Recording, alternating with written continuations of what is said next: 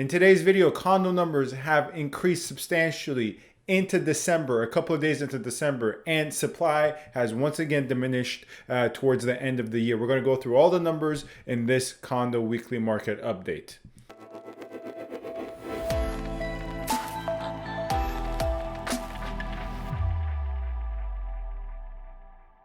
Hello everyone, this is Sam from SaberiSixRealEstate and Remax Realtron Realty Inc. As always, back with another video for you guys here today. You can find my contact information in the description box with regards to my Gmail, my Instagram, and of course my office information. If you have any questions with regards to any topics covered in this video, any other video, or if you have any general inquiries with regards to the Toronto/GTA real estate market, feel free to get in touch. Lastly, feel free to subscribe, comment, rate, and review. Your support in that regard is greatly appreciated, but you're not obliged to do so whatsoever. Anyways, enough of that. Let's get to the point of today's video, which is yet another weekly condo market update. Obviously, every day I check the condo numbers along with other property types, and I'm in discussions with clients looking to buy, looking to sell, former clients who've already bought and sold with me. As a result, I have a pretty close eye on the numbers, as is the case all around the GTA. And I noticed that condominiums, in terms of supply, in terms of what is coming onto the market on a daily basis, have been diminishing quite rapidly so. And at the same time, prices have jumped to a considerable degree in the month of December thus far. The time of recording of this video is December 9th. Thus, as a result, we only have 8 full days of sold data available to us. You're probably going to be watching this sometime December 9th, sometime December 10th. And I thought, why not go through some of the numbers and see where the condo market is the first 8 days in December as compared, for instance, the first 8 days in November. Now, quickly put, a year-over-year analysis is not the best analysis because it's going to show a considerable and huge increase in average prices and median prices and overall condo demand. And what's actually going to be more the year-over-year is probably the listing figures, because as I've said plenty of times, in year-over-year analysis I have conducted in recent months, going back all the way to October to this video right now, year-over-year analysis for the condo market, particularly Toronto condo market, is not the most fair estimate, because last year in these latter months of the year in 2020, that is when the condominium market, for one of the few rare times in the history of the GTA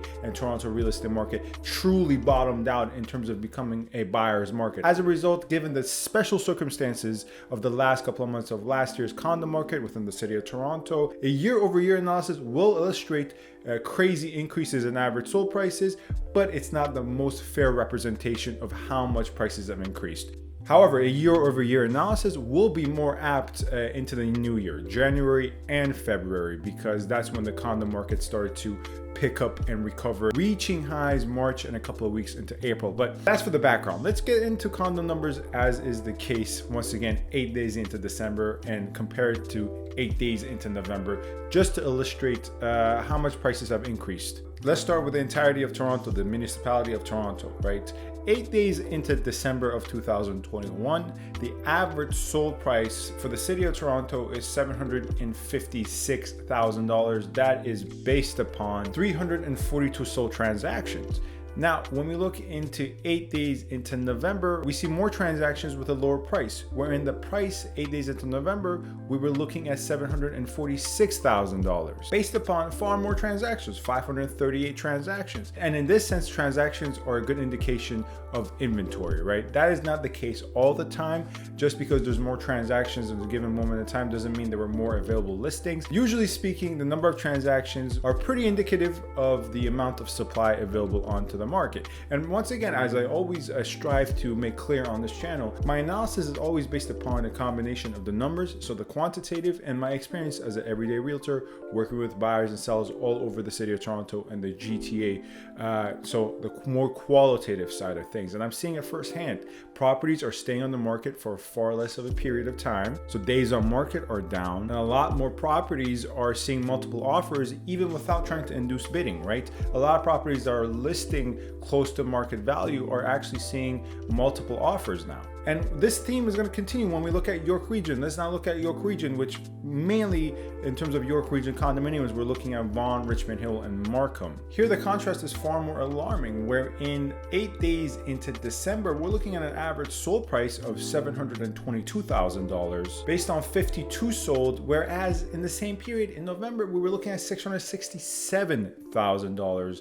Once again, based on more sold than this month thus far, around 90 in the case of November for York Region. Once again, the number of transactions are going down while prices going up in December. Another area of most people's interest, obviously, is downtown Toronto. Here downtown, we mean C1 and C8. As always, Trev maps in the description box so you know what C1 and C8 designates.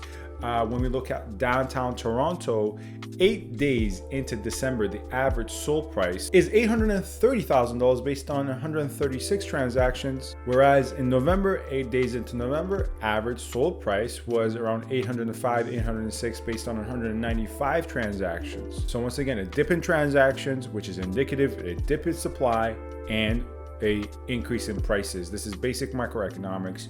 When there is a given commodity or good that has a lot of demand but supply is limited, that is a classic case of a seller's market wherein demand outweighs supply. Now going forward into the new year, it's always very difficult to predict trends and prices, but I do personally foresee supply increasing a bit into January.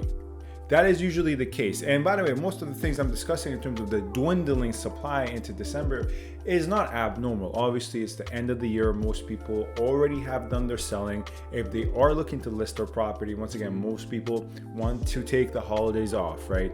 They'll probably wait until the new year.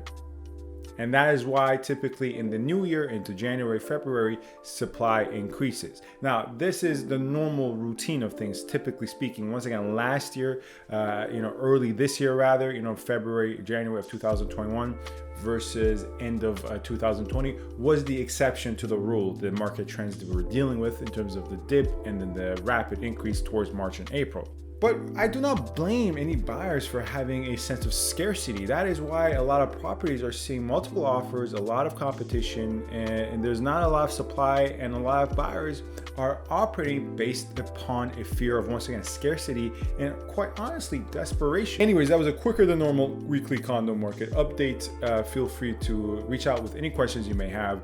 As we approach the end of the year, towards the latter ends of December, I'm going to be taking a mini vacation. However, there is a couple more videos you can expect. This is Sam from SaberiSixRealEstate and Remax Realtor Realty Inc. Thank you very much for watching. Stay safe and stay tuned. Thank you.